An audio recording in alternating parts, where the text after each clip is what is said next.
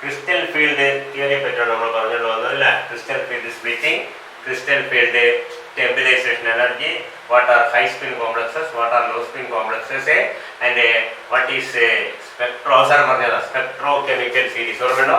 spectrochemical series.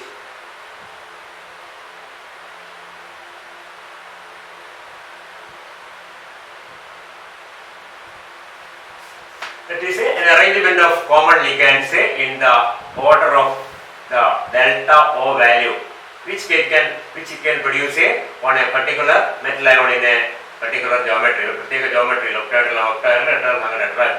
ഒരു metal അയോണിന്റെ d ഓർബിറ്റൽസിനെ split ചെയ്യാനുള്ള കഴിവ്, അത് എത്രത്തോളം ഡെൽറ്റ വാല്യൂ എത്രത്തോളം കൂടുതലുണ്ടോ കുറവുണ്ടോ എന്നനുസരിച്ച് ലിഗാൻഡ്സിനെ ക്ലാസിഫൈ ചെയ്യുന്ന മെത്തേഡാണ്. We have seen that in the extreme right we have left we have iodide, bromide, fluoride, hydroxide.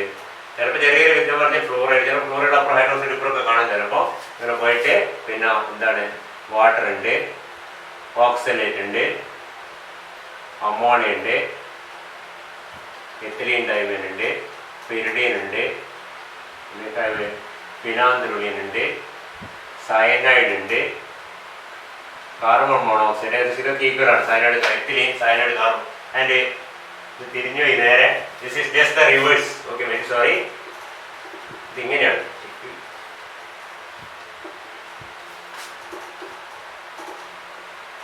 Because carbon monoxide is the one of the strongest ligands, and halides are very weak ligands, and also very important thing, hydroxide is a weaker ligand than water. Okay, ഇതിലാണ് നമ്മുടെ സ്പെക്ട്രോകെമിക്കൽ series എന്ന് പറയുക. അപ്പോൾ അത് ആ സീരീസിൽ എന്താണുള്ളത്? Different ligands arrange in a particular order. And why it is called. അടുത്ത എന്തുകൊണ്ടാണ് ഈ സ്പെക്ട്രോയിട്ട് എന്താണ് ബന്ധമുള്ളത്?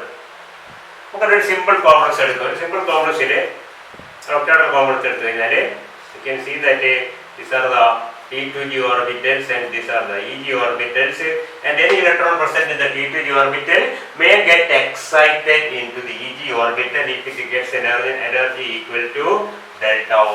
ഈ രണ്ട് ഓർബിറ്റൽ തമ്മിലുള്ള എനർജി വ്യത്യാസം ഡെൽറ്റ ആണ്. അത്രയും എനർജി അബ്സോർവ് ചെയ്യാൻ പറ്റിയ ഒരു ഫോട്ടോൺ ഈ പറഞ്ഞ പാക്കറ്റ് ഓഫ് എനർജി കിട്ടുകയാണെങ്കിൽ that molecule can get excited or that electron can occupy one of the Eg orbital. അത്രയും നമ്മൾ നേരത്തെ പറഞ്ഞു എത്ര ഡെൽറ്റ ഓ കൂടുതൽ എനർജി കിട്ടുകയാണെങ്കിൽ അതിന് വേണമെങ്കിൽ Eg ഓർബിറ്റിലേക്ക്. that is what is called excitation, and we can see that in most coordination compounds, usually transition metal complexes, this value of delta O falls in the visible, somewhat UV visible range. മിക്കവാറും visible range തന്നെയാണ് അത് UV visible electronic spectroscopic range. So we can see that this will give rise to as a peak in the electronic spectrum. മനസ്സിലാകുന്നുണ്ടോ? അപ്പൊ ഈ absorption, അതായത് ഈ മോളിക്യൂളിന് ഈ കൂടി ലൈറ്റ് വിസിബിൾ ലൈറ്റ് പാസ് ചെയ്യുകയാണെങ്കിൽ, UV visible light pass ചെയ്യുകയാണെങ്കിൽ a part of it will be absorbed. Why? Because of that energy is just that required for the T2g electron to get excited into the Eg orbital. പറയുന്നത് clear ആകുന്നുണ്ടോ? അപ്പൊ അത് absorb ചെയ്യുന്നുണ്ട് electron സ്പെക്ട്രത്തിൽ അതിന് corresponding ആയിട്ട് ഒരു peak കിട്ടും. ഈ peak എന്താ കാണിക്കുക? ഈ പീക്കിന്റെ ലാംഡ മാക്സ് കാണിക്കുന്നത് എന്താണ്? ഈ എനർജി തന്നെയാണ്. മനസ്സിലായില്ലേ? അപ്പോൾ ഡെൽറ്റ ഒ കുറവാണെങ്കിൽ ഇതാണെങ്കിൽ it will absorb at a higher wavelength or lower wavelength is universally related to universally related to energy. It will absorb at a higher wavelength, this will absorb at a lower wavelength, and this will absorb at a still lower wavelength or still higher energy. അപ്പോൾ delta O value വളരെ കുറവാണെങ്കിൽ വളരെ high wave length ആയിരിക്കും absorb ചെയ്യുക. Delta value വളരെ കൂടുതലാണെങ്കിൽ അത് law wave ലെങ്ത്തിൽ അബ്സോർവ് ചെയ്യുക. അപ്പോൾ നമ്മൾ ഒരു കോംപ്ലക്സിന്റെ ഒരു പൈഡൈഡിന്റെയും ബ്രോമൈഡിന്റെയും കോംപ്ലക്സ് എടുക്കുക. For example CO NH3 5 times I 2+ എന്നുള്ളതും CO NH3 5 times Cl 2+ complex. ഇതിൽ ലിഗൻഡ്സ് നോക്കിയാൽ 5 അമോണിയം ഒരു അയഡൈഡ് ഉണ്ട്, ഇവിടെ 5 അമോണിയം ഒരു ക്ലോറൈഡ് ഉണ്ട്. അമോണിയം രണ്ടിലും ഒരുപോലെ ആയതുകൊണ്ട് തന്നെ ഇത് വ്യത്യാസം ഉണ്ടാക്കാനായിരിക്കും അയഡൈഡോ ക്ലോറൈഡ് ആയിരിക്കും. You can see iodide produces a lower splitting than chloride. You can see in the case of iodide This will be the condition. And in the case of chloride, this will be the condition. We can say this is higher, this is lower. This is lower means it absorbs at a higher wavelength. This is higher means it absorbs at a lower wavelength. We can see that the iodide in the peak chloride peak low wavelength. The iodide complex peak chloride lower wavelength, higher energy. Water aqueous complex back. Ammonia complex back. So we can see that the position of the peaks is shifted to lower and lower wavelengths. If the ligand becomes stronger and stronger. What if we go along the spectrochemical series from the lowest halide to the highest cyanide, if we compare similar complexes, exactly similar, only difference is the difference which compare the absorption peak in the sthanam higher and higher energy lower and lower wavelength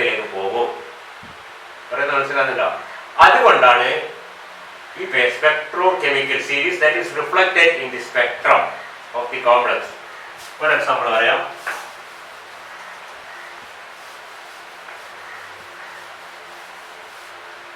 take 3 complexes CO,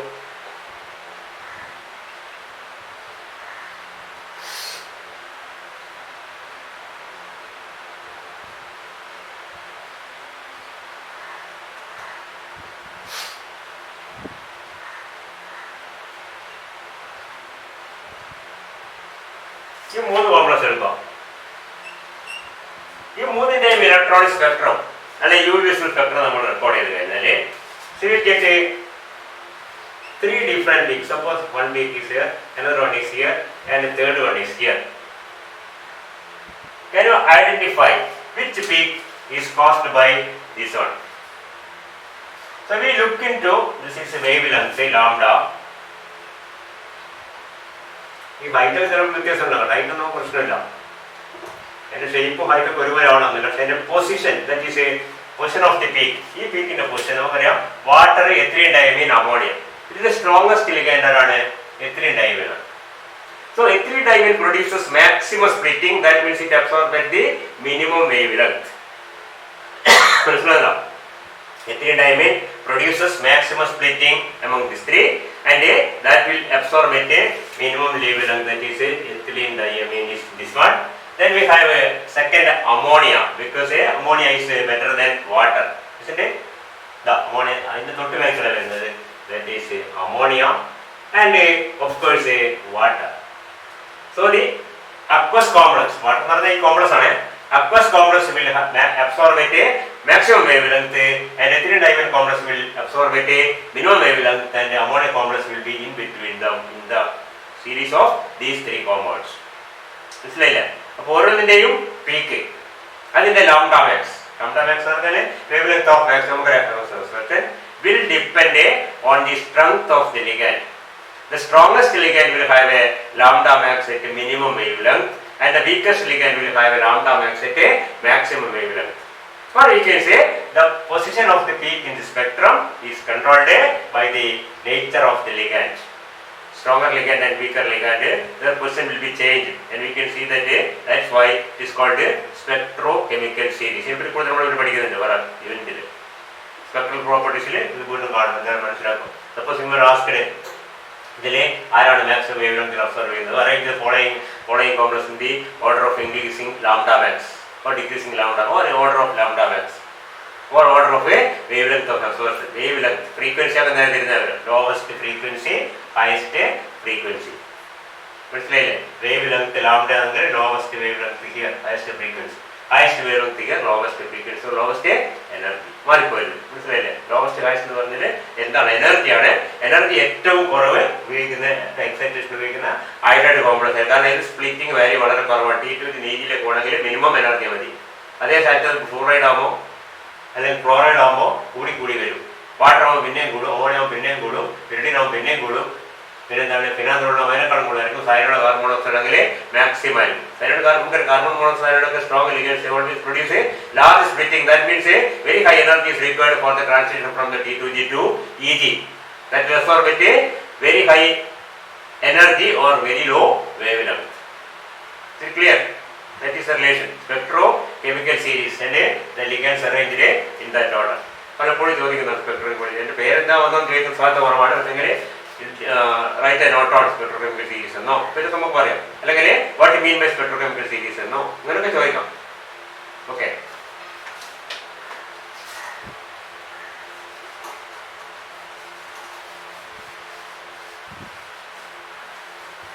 ഞാൻ നേരത്തെ പറഞ്ഞു ഇതുപോലത്തെ complex വരണമെന്നില്ല. ഒരു ligand തന്നിട്ട് CO കുറച്ചുകൂടെ പറഞ്ഞ example NH3 ഈ എക്സിന്റെ സ്ഥാനത്ത് X is equal to fluoride, X is equal to hydroxide, X is equal to 2+ നേരിട്ടുള്ള 3x times നിങ്ങളുടെ കോംപ്ലക്സ് 2+ 3+ ഇരുന്നുണ്ട്. X നിങ്ങളാണ് മനസ്സിലായില്ലേ? ഹൈ വാട്ടർ ഇങ്ങനെ പല ലിഗൻഡ്സ് ഇതിനനുസരിച്ച് ചാർജ് മാറിക്കൊണ്ടിരിക്കും. ഇപ്പോൾ ക്ലോറൈഡ് ആകുമ്പോൾ ചാർജ് കുറവായിരിക്കും, വാട്ടർ ആകുമ്പോൾ ചാർജ് കൂടുതലായിരിക്കും. അതിനനുസരിച്ച് 3-1 എന്നൊക്കെ തരും. അതൊന്നും കുഴപ്പമില്ല. ഈ ലിഗൻഡ്സ് ഇങ്ങനെ മാറിക്കൊണ്ടിരിക്കുമ്പോൾ എന്ത് വ്യക്തി ഇതിൽ ഏറ്റവും കൂടുതൽ വേവലെങ്ത് ഏതാണ് അബ്സോർബ് ചെയ്യുക? ഏറ്റവും കൂടുതൽ അബ്സോർബ് ചെയ്യുന്നതായിരിക്കും. ഇതിലിപ്പോൾ ഫ്ലൂറൈഡ് ആയിരിക്കും, ഹൈഡ്രോക്സൈഡ് ആയിരിക്കും, പിന്നെ ക്ലോറൈഡ് ആയിരിക്കും. ഏറ്റവും കൂടുതൽ വേവലെങ്ത് കുറച്ച് വേവലെങ്ത് അബ്സോർബ് ചെയ്യുന്നത് ഹയസ്റ്റ് എനർജി. ഇങ്ങനത്തെ ചോദ്യങ്ങൾ പ്രതീക്ഷിക്കാൻ തരാം. മനസ്സിലായില്ലേ? ഒരേപോലത്തെ കുറെ കോമൺ ഒരെണ്ണം മാത്രം മാറിക്കൊണ്ടിരിക്കും. ഇത് അമോണിയെങ്കിലോ അമോണിയ ഫോമിൽ എന്തായി 6 times 3+ എന്നായി. ഇത് അമോണിയ എന്നാണെങ്കിൽ അപ്പോഴും അമോണിയയോ വാട്ടറോ ക്ലോറൈഡോ ഈ 5-6 ലിഗാൻഡ് അറിയണതിനനുസരിച്ച് പീക്കിന്റെ സ്ഥാനം മാറിക്കൊണ്ടിരിക്കും. ശ്രദ്ധിക്കുക. പറഞ്ഞ പോയിന്റ് മനസ്സിലായല്ലോ? Spectrochemical series how the presence of certain ligand changes the position of the peaks in it UV visible or electronic spectrum. Electronic സ്പെക്ട്രത്തിലുള്ള പീക്കിന്റെ പൊസിഷനാണ് യഥാർത്ഥത്തിൽ ഈ സീരീസ് കാണിക്കുന്നത്. കാരണം പീക്ക് എന്ന് പറഞ്ഞാൽ എന്താണ്? It depends on the delta value and this is the increasing order of ligands in the increasing delta value. എപ്പോഴും സയനൈഡ് കോംപ്ലക്സ്, കാർബൺ മോണോക്സൈഡ് കോംപ്ലക്സോ അല്ലെങ്കിൽ ഫിനാൻത്രോളിക് കോംപ്ലക്സ് ഒക്കെ മാക്സിമം സ്പ്ലിറ്റിംഗ് തരുന്ന ലിഗൻഡ്സ് ആണ്. ഹാലൈഡ്സ് ഒക്കെ മിനിമം സ്പ്ലിറ്റിംഗ് തരുന്ന ലിഗൻഡ്സ് ആണ്. നമ്മുടെ EV തിയറിയിൽ these are weak ligands, these are strong ligands. CFT they come at the extreme lower end of the spectrochemical series and this comes at the extreme higher end of the spectrochemical series. Okay.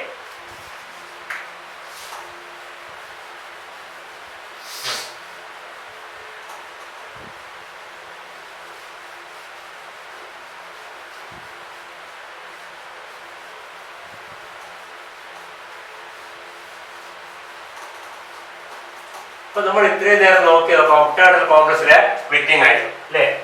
Splitting of a D orbitals in an octahedral complex. ഇനി നമുക്ക് രണ്ട് പ്രധാനപ്പെട്ട ജോമെട്രിയും കൂടി ഉണ്ട്. ഒന്ന് square planar, മറ്റേത് tetrahedral.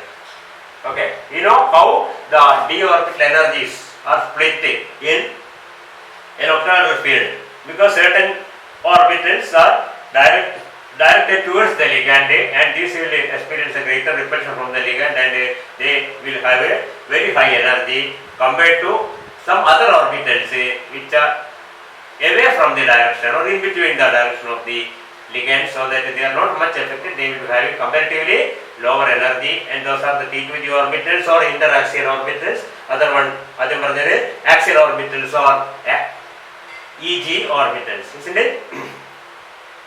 ഇനി നമ്മൾ നേരെ പോകുന്നത് ഒരു സ്ക്വയർ പ്ലാനാർ കോംപ്ലക്സിലാണ്. സ്ക്വയർ പ്ലാനാർ കോംപ്ലക്സിന്റെ ഒരു എളുപ്പം എന്ന് വെച്ച് കഴിഞ്ഞാൽ we can see in a octahedral complex, നമ്മൾ നേരത്തെ പല പ്രാവശ്യം പറഞ്ഞിട്ട് if the metal atom is supposed to be at the origin,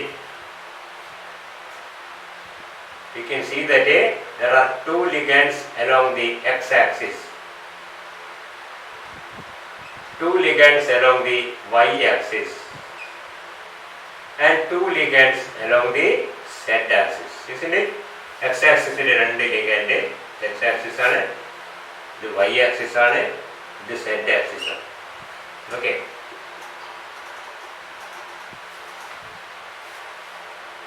So we can easily convert. മനസ്സിലെ കൺവേർട്ട് എളുപ്പമാണ്. എന്താണ്? an octagonal complex into a square planar complex by simply removing these two ligands. ഈ രണ്ട് ലിഗൻഡ്സ് എടുത്ത് മാറ്റി കഴിഞ്ഞാൽ now you have a two ligands along x axis and two ligands along y axis. x axisഉം ഇത് y axisഉം ആണെങ്കിൽ metal എവിടെയാണെങ്കിൽ 1 2 3 4 ഇങ്ങനെയാണ് ഒരു square planar complex ഉണ്ടാവുക. നേരത്തെ സെറ്റ് ആക്സിസ് ഉണ്ടായിരുന്ന സൗകര്യത്തിന് നമുക്ക് വരക്കാം ഉണ്ടായിരുന്ന രണ്ട് ലിഗൻഡ്സ് നമ്മൾ റിമൂവ് ചെയ്ത് എന്തായി മാറി that is converted from octagonal complex into a square planar complex. ഈ പ്രോസസ് നമ്മൾ പതുക്കെ ഒരു സ്റ്റെപ്പ് ബൈ സ്റ്റെപ്പ് ആയിട്ട് ഇമാജിൻ ചെയ്യാം. ഈ ലിഗൻഡ്സ് നമ്മൾ ഒറ്റയടിക്ക് എടുത്ത് കൊണ്ടുവന്നതിന് പകരം ലിഗൻഡ്സ് പതുക്കെ നീക്കി കൊണ്ടുവന്നിട്ട് ഇമാജിൻ ചെയ്യാം. And see its effect on the energy of the T2G and EG orbitals of a octagonal complex. എന്താ സ്ഥിതി? 5 d orbitals ഉണ്ട്. അതിൽ 3 എണ്ണം dxyയും dyzഉം dxzഉം ലോവർ എനർജിയും 2 എണ്ണം s² - y² z² ഹയർ എനർജിയാണ്. ഹയർ എനർജി ആയിപ്പോയത് അത് x ആക്സിസിലും y ആക്സിസിലും z ആക്സിസിലും കൂടി ഡയറക്റ്റ് ചെയ്യുന്നതുകൊണ്ടാണ്. മറ്റേത് കുറഞ്ഞു പോയത് അത് x ആക്സിന്റെ y ആക്സിന്റെ z ആക്സിന്റെ ഇടക്കായതുകൊണ്ടാണ്. ഇതാണ് നമ്മുടെ T2G ഓർബിറ്റൽ. ഇതാണ് നമ്മുടെ EG ഓർബിറ്റൽ ലിഗാൻഡിന്റെ നേരെ വന്നുപോയി, അതുകൊണ്ടാണ് എനർജി കൂടിയത്. മറ്റോ നേരെ വന്നില്ല, അതുകൊണ്ട് എനർജി കുറഞ്ഞതാ സ്ഥിതി. അപ്പൊ അങ്ങനത്തെ octagonal കോംപ്ലക്സില് നേരത്തെ സ്പ്ലിറ്റഡ് ആയി കിടക്കുന്ന ഓർബിറ്റൽസ് രണ്ട് സെറ്റ് ആയിട്ടുണ്ട്. സ്പ്ലിറ്റുന്ന ഓർബിറ്റൽ എനർജി സ്പ്ലിറ്റ് ചെയ്യുന്നത് കേട്ടോ. രണ്ട് സെറ്റ് ആയിട്ട് T2G എനർജി കുറഞ്ഞത് EG എനർജി കൂടിയ കിടക്കുന്നതിൽ നിന്ന് നമ്മൾ എന്ത് ചെയ്യുക? രണ്ട് ലിഗൻഡ്സിനെ പതുക്കെ എടുത്ത് മാറ്റുകയാണ്. ഒറ്റയടിക്ക് എടുത്തോണ്ട് പോകുന്നില്ല, സ്ലോലി.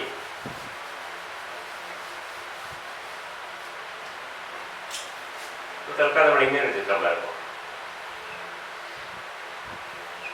മെറ്റൽ ഇവിടെ ഉണ്ട്, ഒരു ലിഗൻഡ് ഇവിടെ, രണ്ടാമത്തത്, മൂന്നാമത്തത്, നാലാമത്തത്, ഈ സെറ്റ് ആക്സിസ് ഉള്ളത്, അഞ്ചാമത്തത്, ആറാമത്തത്. ഇങ്ങനെയാണ് octagonal complex ഉണ്ടാവുന്നത്. Now I am imagining that these two ligands along the set axis are slowly pulled back.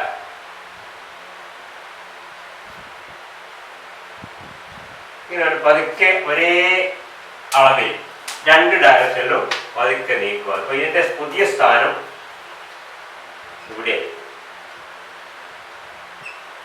ഇത് പോയി, ഇവിടെ ഒന്നുമില്ല. മനസ്സിലായില്ല? ഈ ലിഗാൻഡ് കുറെ ദൂരമാണ്. നേരത്തെ ഈ ലിഗാൻഡ് ഇവിടെ നിൽക്കുമ്പോൾ അതിന്റെ സിറ്റുവേഷൻ എന്തായിരുന്നു? ഇങ്ങനെയായിരുന്നു. T2G and EG, this is a dxy, this is dyz, and this is dxz, and this is dx squared minus y squared, and this is dz squared. ഇങ്ങനെയായി ഈ ലിഗാൻഡ് ഇവിടെ ഇരുന്ന സമയത്ത്. ഇനിയിപ്പോ ഇത് രണ്ടും കുറെ ദൂരം പോയി എന്താ ഉണ്ടാവുക? See, these orbitals have a high energy because of the presence of the ligands. നേരത്തെ ഈ എനർജി കൂടാനുള്ള കാരണം എന്തായിരുന്നു? ഈ ലിഗൻഡ്സ് ഉള്ളതുകൊണ്ടാണ്. ഈ ലിഗൻഡ്സ് കുറച്ച് ദൂരം പറയാനോ സ്വാഭാവികമായിട്ടും ഇവിടെ ഇതിന്റെ നേരെ വരുന്ന ഓർബിറ്റലിന്റെ എനർജി ലേശം കുറയും compared to these four. Because ഈ നാളത്തിന് യാതൊരു മാറ്റമില്ല. ഇപ്പൊ എക്സ് ആക്സിനും വൈ ആക്സിനുള്ള ലിഗൻഡ്സിന് മാറ്റമില്ലാതെ സെറ്റ് ആക്സിലെ ലിഗൻഡ്സ് കുറെ ദൂരത്തേക്ക് മാറിക്കഴിഞ്ഞാല് ആ സെറ്റ് ആക്സിസിൽ വരുന്ന ഓർബിറ്റലിന്റെ എനർജി നേരത്തെ ഉണ്ടായിരുന്നതിനേക്കാളും, ആദ്യമല്ല ഇപ്പൊ ഉണ്ടായിരുന്നതിനേക്കാളും കുറവായിരിക്കും. Relative to the other one എന്ന് പറഞ്ഞാൽ ഈ രണ്ട് ഓർബിറ്റലിന്റെ ഡീജനറസി അങ്ങ് ഇല്ലാതാവും. പറഞ്ഞത് മനസ്സിലാകുന്നുണ്ടോ? And you can see that the dz² orbital will be lowered in energy compared to dx² minus y² orbital. അപ്പോൾ ഈ dz²ന്റെ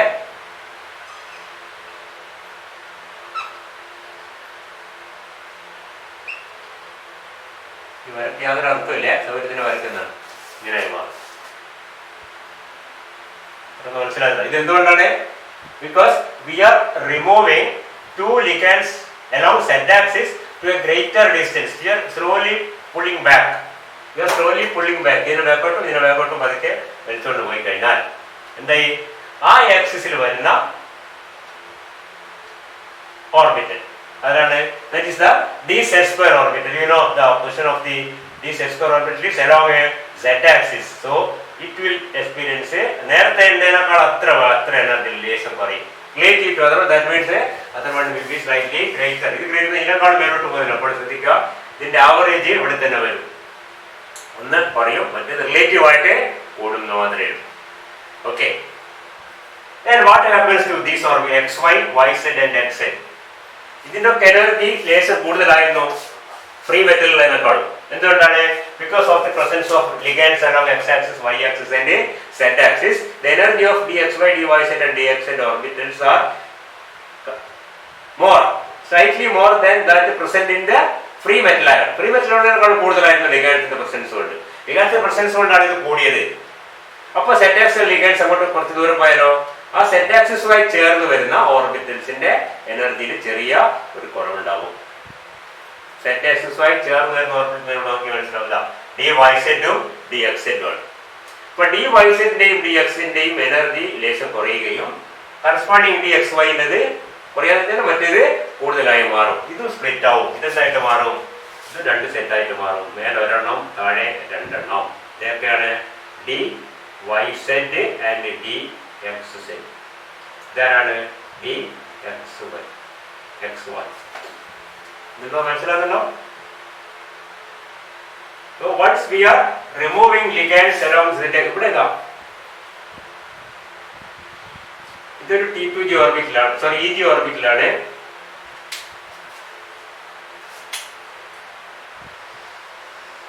ഇതൊരു T2g ഓർബിറ്റലാണ്.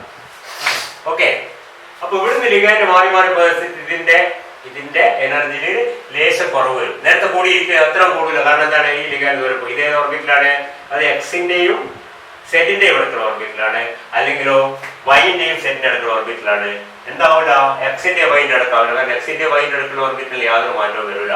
അതുകൊണ്ടാ അത് ഈ പ്ലെയിനിലാണുള്ളത്, മറ്റേ XY പ്ലെയിനിലാണുള്ളത്. മറ്റേ സെറ്റ് ആക്സിസിന്റെ നേരെ പെർപെൻഡിക്കുലർ. അത് ഇതിനൊരു വിധത്തിലും ബാധിക്കില്ല.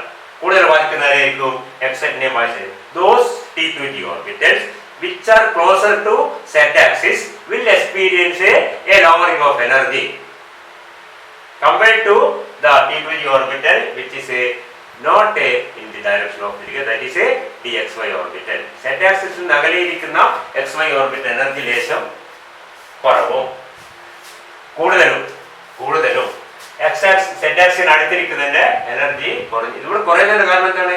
ഈ കുറയുന്ന എടുക്കുന്നത് മനസ്സിലാക്കുക. ഒറിജിനലിൽ നിന്നല്ല, ഒക്ടാഡൽ കോംപ്ലക്സിൽ നിന്ന് അതിന്റെ എനർജി എത്ര ഉണ്ടെന്ന് അതിനെക്കാളും ലേശം കുറവായിരിക്കും. എവിടെ? പിന്നെ ഇൻ ദിസ് ജോമെട്രി. ഈ ജോമെട്രി എന്ന് പറഞ്ഞാൽ എന്താണ്?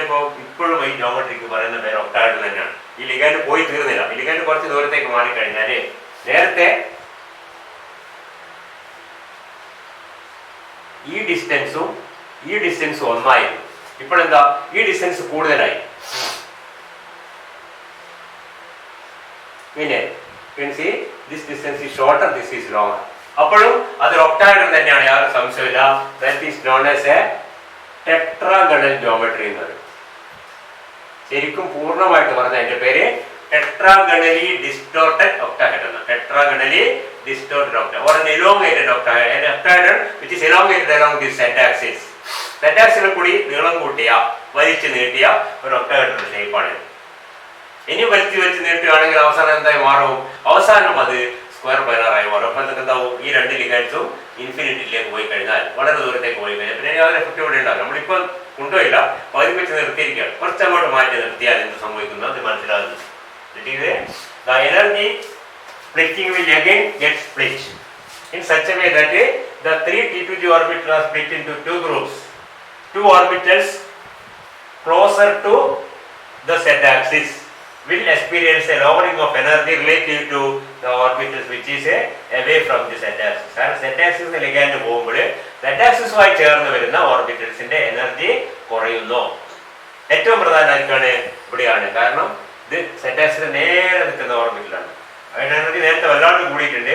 ആ z axis നമ്മൾ ലിഗാൻഡ്സിനെ കുറച്ച് പുറകോട്ട് കൊണ്ടുപോയി കഴിഞ്ഞാൽ അതിന്റെ എനർജി കുറഞ്ഞു വരും. The z square is lower, the square minus y square is higher. And this effect will also be transferred to the T2g orbitals, not as heavily as this one. വർക്കുമ്പോൾ ഇത്രയൊന്നും കൂടുതൽ ഉണ്ടാവില്ല. ഇതിനപേക്ഷിച്ച് ഈ സ്പ്ലിറ്റിംഗ് കുറവായിരിക്കും. കാരണം എന്താണ്? ഈ ഓർബിറ്റൽസ് ഒക്കെ ലിഗാൻഡിൽ അകലെ ഇരിക്കുകയാണ്. പക്ഷെ അകലെ ഇരിക്കുമ്പോഴും ചിലത് z ആക്സിസിൽ അടുത്ത് വരുന്നതും ചിലത് സെറ്റ് ആക്സിസിൽ നിന്ന് കൂടെ നിൽക്കുന്നു. സെറ്റ് ആക്സിനോട് അടുത്ത് വരുന്ന ഓർബിറ്റൽസ് സെറ്റ് ആക്സിൽ ലിഗാൻസ് പോകുമ്പോൾ സ്വാഭാവികമായിട്ടും അതിന് എനർജി കുറയുകയും സെറ്റ് ആക്സിൽ നിന്ന് അകലെ ഇരിക്കുന്നതിന് എനർജി കൂടുതലായി മാറും. അപ്പൊ ഈ സ്പ്ലിറ്റിംഗ് പാറ്റേൺ ഇപ്പൊ എന്തായി 1 2 3 4 ആകെ 5 ഓർബിറ്റില് 4 ഗ്രൂപ്പായി. നേരത്തെ 5 ഓർബിറ്റിൽ 2 ഗ്രൂപ്പായി, ഇപ്പൊ 4 ഗ്രൂപ്പായി. This is a tetragonal complex. ഇങ്ങനത്തെ കോംപ്ലക്സ് ഒരുപാടുണ്ട്, അതുകൊണ്ടത് മനസ്സിലാക്കി. Tetragonal complex is a octagonal complex in which 2 ligands along Z axis are at a greater distance compared to the 4 ligands. So 4 ligands വരുമ്പോൾ 2 വ്യത്യസ്തമാകുമ്പോൾ തന്നെ അതിന്റെ ജോമെട്രി വരപ്പോൾ എന്താവും? ടെട്രാഗണൽ ആവും. 6 വരുമ്പോൾ നമ്മൾ പെർഫെക്റ്റ് ഒക്ടാഗണൽ ആയിരിക്കും. പെറോസയനൈഡ് അയോൺ, അല്ലെങ്കിൽ ഹെക്സാമീൻ കോബാൾട്ട് 3 അയോൺ, ഒരു ഹെക്സാഫ്ലൂറോഫറേറ്റ് അയോൺ, എല്ലാ ലിഗൻഡ് ഒരുപോലെ ആവുമ്പോൾ സ്വാഭാവികമായിട്ടും 6 ലിഗൻഡ്സും മെറ്റലിന് തുല്യ അകലത്തിലായിരിക്കും. That's a perfect irregular octahedron. മനസ്സിലായല്ലോ? ചിലവർക്ക് 2 ലിഗൻസ് വ്യത്യസ്തമായിരിക്കുമ്പോഴോ മറ്റു ചില കുറച്ച് കാരണങ്ങൾ കൊണ്ടോ ഈ 2 ലിഗൻസ് കുറെ ദൂരം മാറി നിൽക്കുക മറ്റു 4 അപേക്ഷിച്ച്. XY പ്ലെയിനിലുള്ള ലിഗൻസ്, അതായത് X axle Y axle 4 ligands ഒരേ ഡിസ്റ്റൻസിലാണ്. സെറ്റ് ആക്സിൽ 2 ലിഗൻസ് കുറെ അകലെയാണ്. ആ ജോമെട്രിക്ക് വരുന്ന പേരാണ് tetragonal geometry, or more correctly full ആയിട്ട് പറഞ്ഞാൽ tetragonally distorted octahedron. Tetragonally distorted octahedron, and this is the splitting pattern in a tetragonal. ഇങ്ങനത്തെ കോംപ്ലക്സ് ഉണ്ട് നമ്മുടെ ടെട്രാഗണൽ ജോമെട്രി വരുമ്പോൾ the d orbital energies are split into 4 groups. The lowest one 2 orbitals dYz and dxz. Then we have dxy, then we have dz square, then we have dx square minus y square having the maximum energy. Okay, now ഇതിപ്പോ നമ്മൾ ഇടക്കാട് നിർത്തിയാണ്, പിന്നെ നമ്മൾ continue ചെയ്യാണ്. പതുക്കെ ഈ 2 ലിഗൻസിനെ ദൂരെ മാറ്റുകയാണ്. അതിനനുസരിച്ച് എന്താ സംഭവിക്കുക? അതിനനുസരിച്ച് ഈ ഗ്യാപ്പും കൂടും. ഈ ഗ്യാപ്പ് കൂടി വരും. ഈ ഗ്യാപ്പ് കൂടി സ്വാഭാവികമായിട്ടും ഈ XY സെറ്റ് സ്ക്വയറും അടുത്തേക്ക് വരും. കുറച്ചൊരു കഴിഞ്ഞാൽ അതിനെ ഓവർകം ചെയ്ത് അങ്ങോട്ട് മേലോട്ടും ഇതിന് താഴോട്ടും സ്വാഭാവികമായിട്ടും ഡി സെറ്റ് സ്ക്വയർ ഇവിടെയും dxy ഇവിടെയായിട്ട് ഇതാവും. ഇതൊരു സംഭവിക്കും. This is A D set square, this is dxy, this is dx squared minus സ്വാഭാവിക കുറെ മേലോട്ട് പോകും, ഇത് സ്വാഭാവികമായിട്ട് കുറെ താഴോട്ട് വരും. dxz and dyz രണ്ടെണ്ണം. ഇതെപ്പോഴാണ് സംഭവിക്കുന്നത്? വീണ്ടും ആ ലിഗൻസ് അകന്ന് പോയിട്ട് അങ്ങ് ഇൻഫിനിറ്റിലേക്ക് അപ്പുറത്ത് ആവാന്ന് ഇമാജിൻ ചെയ്യുക. That means now the complex is no longer octahedral, now it is a square planar. So this is the pattern of splitting in a square planar complex with a dxz and dyz having the lowest energy, then we have dz square having somewhat higher energy, dxy having still higher energy, and dx squared minus y squared having maximum energy. And this is the splitting pattern in a octahedral, in a square planar complex. Square planar complex ഇത് tetragonal complex. Tetragonal complex ആകുമ്പോൾ ഇതിന്റെ സ്ഥാനം ഇത് അങ്ങോട്ടും ഇങ്ങോട്ടും cross ചെയ്യുന്നില്ല. ഇത് രണ്ടായി ബ്രേക്ക് ചെയ്ത് dx square minus y square dz square ആകുന്നു. ഇത് രണ്ടായി ബ്രേക്ക് ചെയ്ത് രണ്ടെണ്ണം താഴെ വരുന്ന മേലെ ആകുന്നു. ഈ പ്രോസസ് കണ്ടിന്യൂ ചെയ്യുന്നതനുസരിച്ച് ഈ ഗ്യാപ്പ് കൂടി വരികയും ഈ dz square താഴേക്കും dxy മേലേക്കും പോകുന്ന സ്ഥിതി ഉണ്ടാവും. എപ്പോഴും when the ligands are removed to infinity, now the geometry is square planar, and we can see that this is the splitting pattern in a square planar complex. നിങ്ങൾ degree class പഠിച്ചിട്ടുണ്ട്, അതൊരു ഓർമ്മിക്കുക. അപ്പൊ നമ്മൾ ഏറ്റവും എളുപ്പം വേറെ വിധത്തിൽ നമ്മൾ അപ്രോച്ച് ചെയ്യാം. പക്ഷെ ഏറ്റവും എളുപ്പം ഇതാണ് conversion of an octagonal complex into a square planar complex by slowly moving 2 ligands away from the metal along the z axis. Z axis 2 ligandsനെ മെറ്റലിന് അകലത്തെ കാലത്തേക്ക് മാറ്റുന്ന ഡിമാൻഡ് ചെയ്യും. ചെറുതായിട്ട് മാറുമ്പോൾ തന്നെ ഇതിന്റെ degeneracy ഇല്ലാണോ ഇതിൻ്റെത് dx square minus y square അത് രണ്ടും ഒരേ എനർജി എന്നുള്ളതൊക്കെ മാറിയിട്ട് സെറ്റ് ആക്സിസിന് ലിഗാൻഡ് പോകുമ്പോൾ സെറ്റ് ആക്സിസിനോട് ചേർന്ന് വരുന്ന ഓർബിറ്റലായ dz square ഓർബിറ്റൽ എനർജി പതുക്കെ കുറയാൻ തുടങ്ങും relative to dx square minus y. അതാ സ്പ്ലിറ്റിംഗ് എന്ന് പറയുന്നത്. അതിവിടെ സംഭവിക്കും. സെറ്റ് ആക്സിസോട് ചേർന്ന് വരുന്ന ലിഗാൻസ് ആയ y സെറ്റ് എക്സിന്റെ എനർജി കുറയാണ് ചെയ്യുന്ന മാറ്റം വരുന്നത് കുറയാണ്. കാരണം എന്താണ്? സെറ്റ് ആക്സ് നമ്മൾ ലിഗാൻസ് എടുത്തുകൊണ്ട് പോവുകയാണ്. ലിഗാൻഡ് എത്ര ദൂരം നിൽക്കുന്നോ അത്രയും അതിന്റെ effect metal orbital D orbital നമ്മളെ കുറവായിരിക്കും. ഈ പറഞ്ഞ പ്രശ്നമൊക്കെ ഉണ്ടായത് എന്തുകൊണ്ടാണ്? നേരത്തെ സ്വന്തമായിട്ട് 5 ഓർബിറ്റലിലും ഒരേ എനർജി ആയിരുന്നു, വളരെ സേഫ് ആയിരുന്നു, കുഴപ്പമില്ല. ഈ 2 ഗ്രൂപ്പായി തിരിയുന്ന കാരണം ഈ പ്രസൻസ് ഓഫ് ദി ലിഗാൻസ് ആണ്. കുത്തിത്തിരിപ്പുണ്ടാക്കിയാലാണ് ഈ ലിഗാൻസ് ആണ്. ലിഗാൻസ് 2 ഗ്രൂപ്പായി മാറ്റി വരാം. മനസ്സിലായില്ലേ? അപ്പൊ ആ വരുന്ന ലിഗാൻസ് രണ്ടാമത് പോയാലോ അതിനെക്കൊണ്ടുള്ള എഫക്റ്റ് കുറയും. അതാണ് ഇവിടെ കാണുന്നത്. അടുത്ത ക്ലാസ്സിൽ കണ്ടിന്യൂ ചെയ്യാം. ഓക്കെ.